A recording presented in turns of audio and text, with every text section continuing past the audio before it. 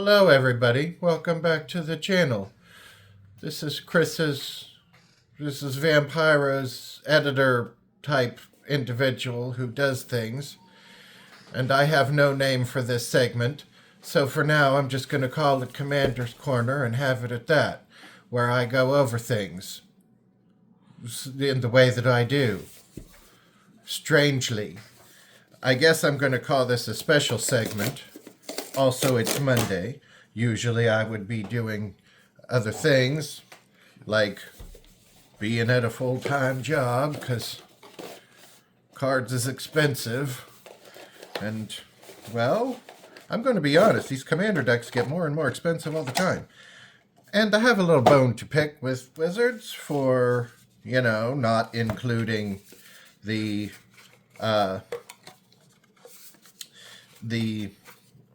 collector booster samples with these anymore. They were a nice little thing, even though they didn't really fit with the decks. I probably should have mentioned earlier on that this is the Lorwyn Eclipsed Commander deck, Blight Curse, featuring Anti-Ool, who, from what I have read online, is kind of mean. So I'm going to go over the deck because, one, I can, and two, because I have commandeered the channel for a little bit. So, yeah, that's a thing. So, as you know, the commander is the heart of the deck, and we have an Anti-Ool Curse Wretch. So this is a 3-color deck. It is black, red, and green. And so Anti-Ool has the ward mechanic and the blight mechanic. And I actually really like the new Blight Evergreen, I guess you could call it. But the keyword Blight, you put whatever the Blight indicator is on a creature they control. They get to choose the creature, which is unfortunate, but I guess you can't always control who gets cursed when they open up the tomb, right? And whenever one or more -1/-1 counters are put on a creature, you draw a card if you control that creature. If you don't control it, its controller loses 1 life. So, I would suppose this could go in like a villainish deck. So, maybe call back to your, Doctor Who, or maybe some of the Sonic cards, although I don't think any of the Sonic cards actually match with this. No, neither does Doctor Who. So, oh, there's definitely Doctor Who's that do. Red, Black. The Master is one of them. But I think that they could be very good to work with that. I mean, I will give random commentary. I'm just going to let you know that none of this is scripted. I have prepared nothing. I am totally unprepared. And other synonymous items of interest. One of the things that really interests me about this is the Reaper King No More, because I particularly like scarecrows, and I think that this deck could be a source of some interesting play interactions. So when the Reaper enters, put a -1/-1 counter on each of up to 2 target creatures, which obviously works well with Blight, with Anti-Ool, if she is out and present. And so whenever a creature an opponent controls with a -1/-1 counter on it dies, you may put that card onto the battlefield under your control. Do this only once each turn. So even if you pick 2 creatures, I don't think that that's really going to help you too much with that. And, maybe hit one of their mana generators with it. And then the other be a token. I'm not making suggestions. I'm just giving ideas, because one of the things that I love to do is spread chaos. Wickersmith's Tools is another rare in this one. And it is also going to get charge counters from -1/-1 counters. I do like how these precons do have quite a bit of synergy, whereas the other ones very early on just seemed to be a bunch of cards that were thrown together. I actually really like how these new ones really do feel like there's been some thought into them. And I think that a lot of the new commander decks have been pretty strong.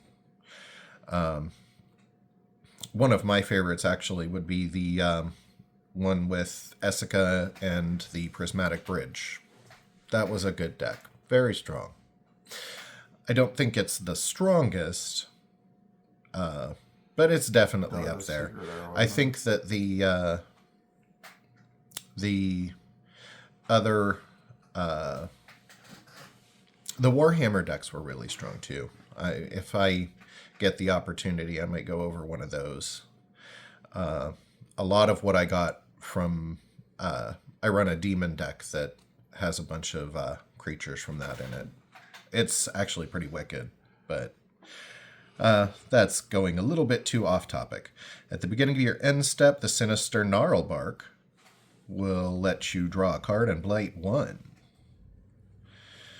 So that puts them on your own creatures, which is nice for your own.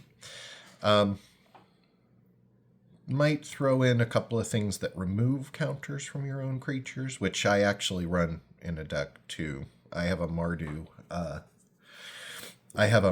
Deathless deck, which really could benefit from some of these cards. Eventide's Shadow, which removes counters from any number. Then you draw cards and lose life equal to the number of counters removed. So that's interesting card draw. Not necessarily great late game, but, you know, if you have life gain.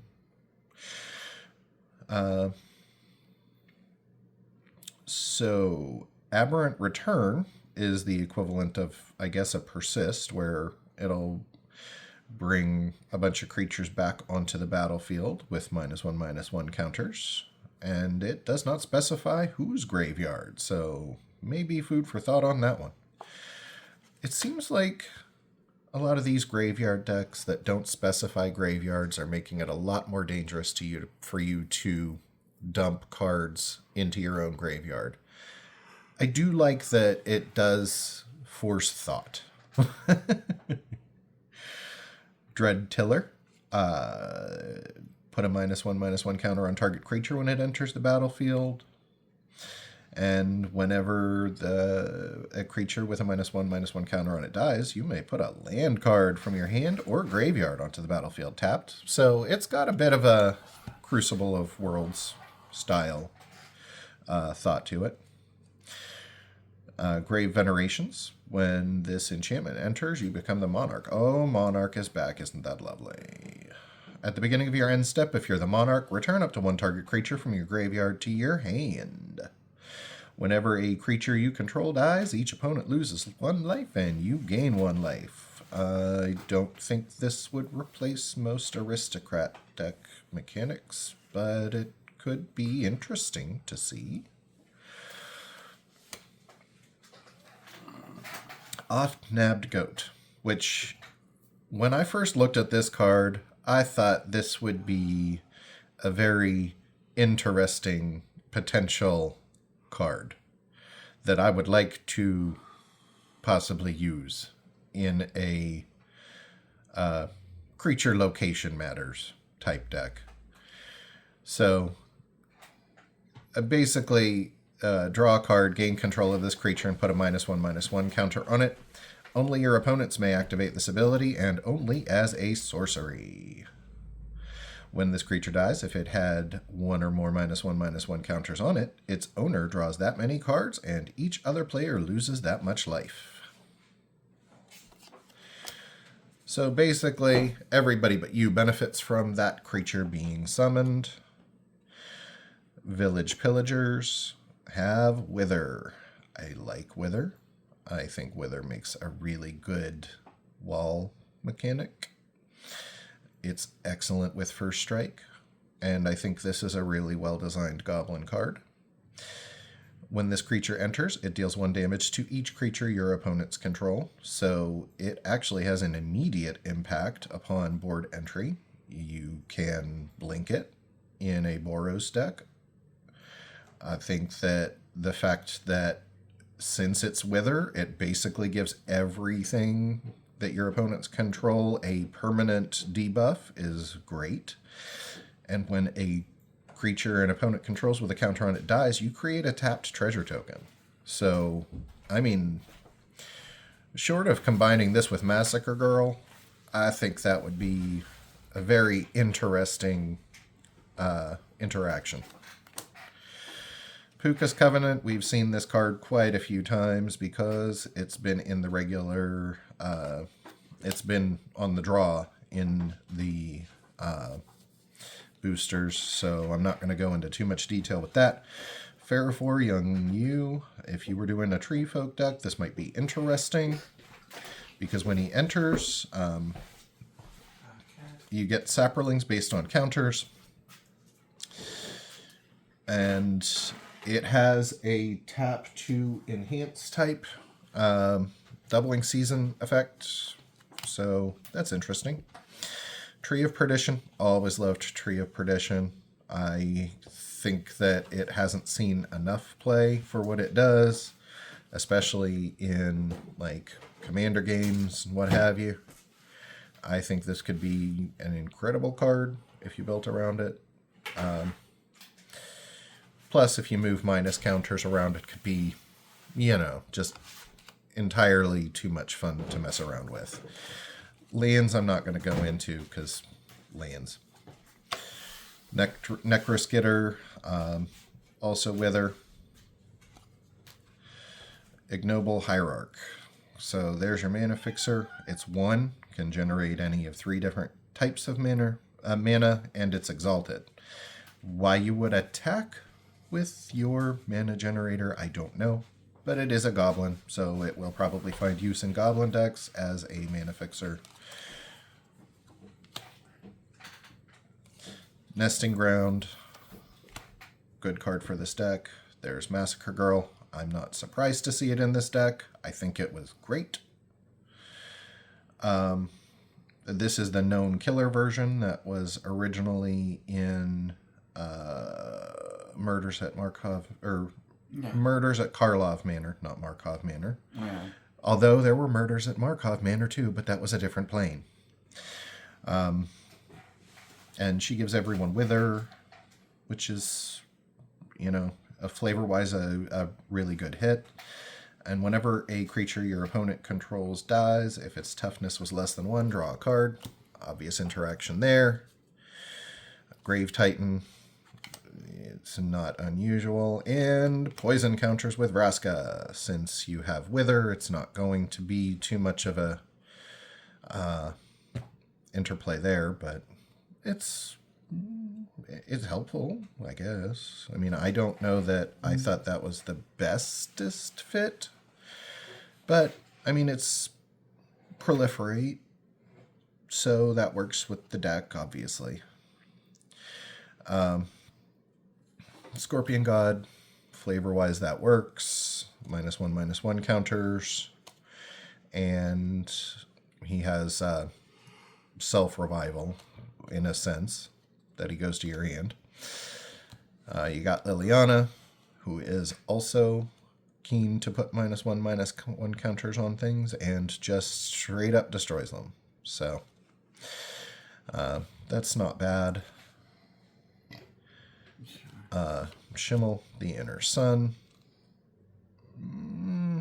I don't dislike it, but it seems expensive for what it does. Not being able to counter your own spells is very nice, but what I would say is that's probably a little bit more filler. It's a mythic filler, but I mean, I've seen this card go for a lot before. Would I use it personally? Probably not. I think there are other ways to achieve that effect. Discover 5 is nice, so you know, you never know. Imagine the goblin that actually... The Carnifex Demon removes counters and then basically proliferates in the sense that it causes more -1/-1 counters. Puppeteer Click, the Fairy Wizard. We've seen this before. Dusk Urchin, that's an oof. And it weakens itself. Black Sun Zenith, that's nothing new. Painful Truths is nice. Persist, Midnight Banshee, I haven't seen this in too many other sets, or any, I don't really know. Not something I am particularly familiar with, because if it was in the original Lorwyn with Wither, I'm not aware of it.